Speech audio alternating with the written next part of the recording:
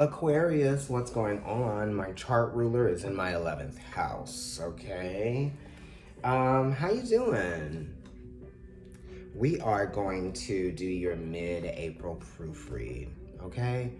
So if you're new to the channel, check the description box. Any of the information that you need will be there. That's if you want to book a reading with me through email, providencetarotkendrick@gmail.com. If you want to get a reading with me live in person in New York City, I read at Shanti Bookshop and Crystal Gallery, which is on 14th Street. That information is also in the description box. Instagram, YouTube, whatever. It's all there. Venmo, PayPal, Pile. What's going on with you, Aquarius? Tipping the scale. Sliding scale. Something's on a sliding scale. Right? Tipping point. Right? Now, this could be Aquarius, Sun, Moon, or Rising. This could be if you have a planet in your 11th house, inner planet, your chart ruler, Sun in your 11th. You're feeling like a relationship failed, but it didn't. There was something that you were meant to learn there. It wasn't like, oh, if we didn't go on forever, then like, oh my God, it was a failure. No, what did you learn from that? What did you learn about yourself? What did you learn about people? What did you learn about society? What did you learn about love? What did you learn about respect? What did you learn about whatever? You know what I mean? Because it really is about what you learn from something. That's why Saturn is your ruler. What did you learn from that? What do you know now? This is a 3. Mercury is exalted in your sign. What? The other one, right? What did you learn from that situation? We're about to go in here. Because look, you got both of the cards that look like each other. Turning a positive into a negative. I said tipping point, right? Bam. Okay, let's go. Last one. See, why do they get stuck like that at the top? It's because they're so, I should let them fall. I'm like, get in. But I should probably let them fall. Let it happen naturally. Don't force it.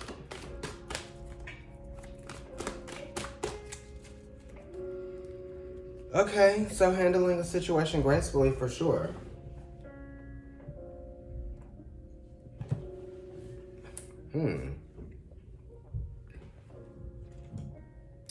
Rebirth, right? Definitely letting something go, letting something go that you may have possessed. It could have been a relationship that you kind of really realized that it was something that you possessed, and you were like, wow, it's weird because I am acting like this is mine to own, and it really isn't, because no one is yours to own.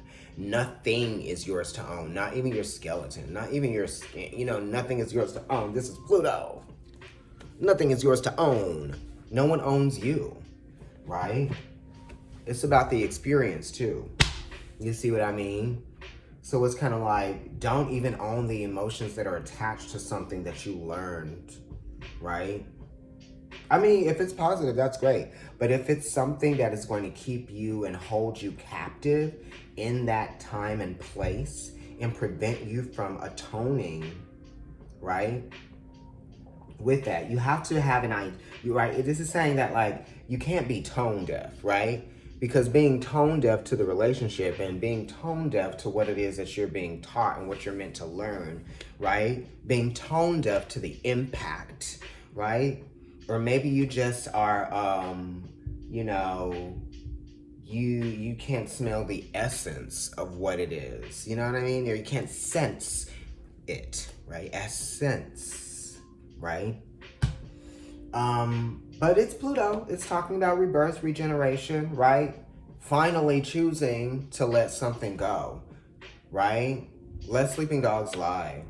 Pick your battles, And also just letting go of something that was too much to even deal with, right?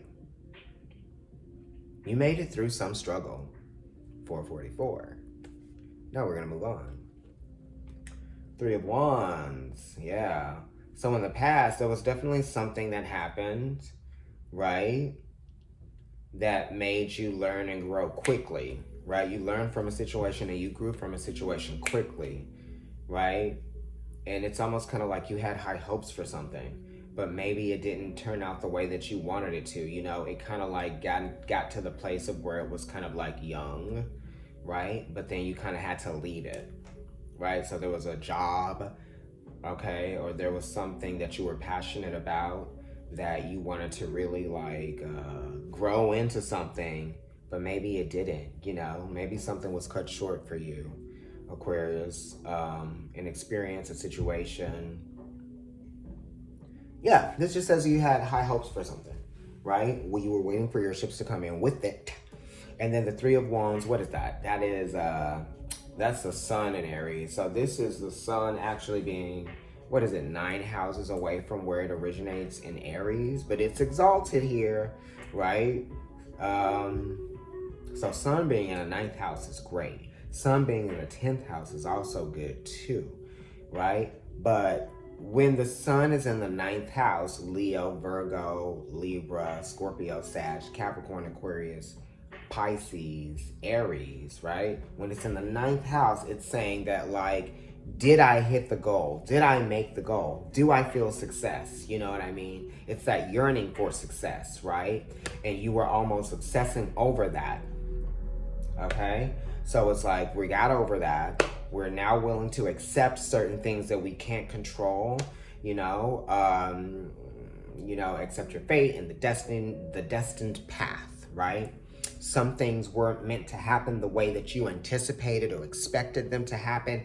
They happened the way that they were meant to happen so that you could get that lesson.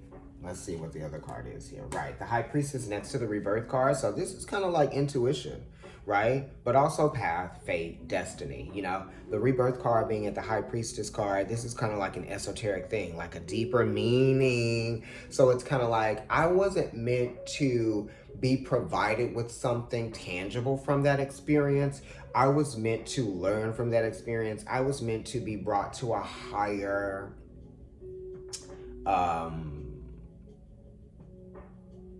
mind from that experience. You know, some things don't have a price, and that's what you're realizing now. You know, not selling out, okay? Some things can't be bought. Your peace can't be bought. I don't know about that. No, it can't be, because when you try to buy your peace, you know, then that just kind of like makes it a little unfair anyway. And buying your peace is buying your freedom, right? So what were you a slave to, honey?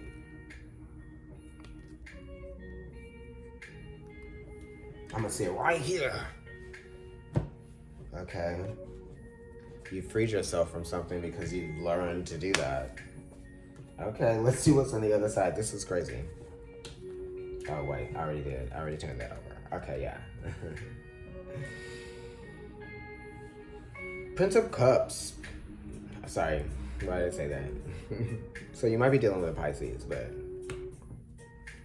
the Nine of Cups is here, which is Pisces. And this is Sagittarius energy. It is Virgo energy, Pisces energy. It's Jupiter and Pisces energy. You know, Jupiter and Pisces, it's like Jupiter being Sag, Capricorn, Aquarius, Pisces in its 4th house. So this is saying like a home situation or a housing situation has improved. You're you're not taking something for granted. You know what I mean? You're realizing what something actually means. And yeah, something has emotional meaning for you, right? You've established a destined path for yourself. Or, like spirit, you know, the universe, whatever you want to call it, has established a destined path for you, a fated path. And that's why we have like this, which Pluto is the esoteric ruler of Pisces, coming all the way around the end, right? And then we have Jupiter in Pisces here. which is Jupiter being in its fourth house from where it originates. The fours are talking about establishing things too, right? So something has been established, right? Establish what it is that you would like to accomplish, right? Not taking your life for granted is actually being hopeful and actually having an imagination, right? Because not being imaginative is taking something for granted. Not having a sense of imagination is taking, the magic of life for granted.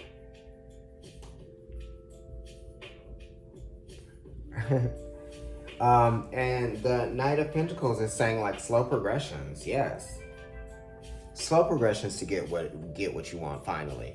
It's been a long route, it's been a long way home too, right? And a long way home means like literally the experience that you go through being born and dying, right? But really you're always home, right? Because you are home. But we have to go through certain things to remember who we are. Knight of Pentacles is 1/3 Leo and 2/3 Virgo. So now we are creating with patience. We are creating with discernment. We are creating with measure. We are using our brain, right? We are not just coming from a place of instinct and passion. We have the brain to analyze, okay, and to adapt and to change, right? So we can change what we create. So this is saying that we can make the certain adjustments that we need to make, okay, to get what we ultimately desire out of life, right? And stop,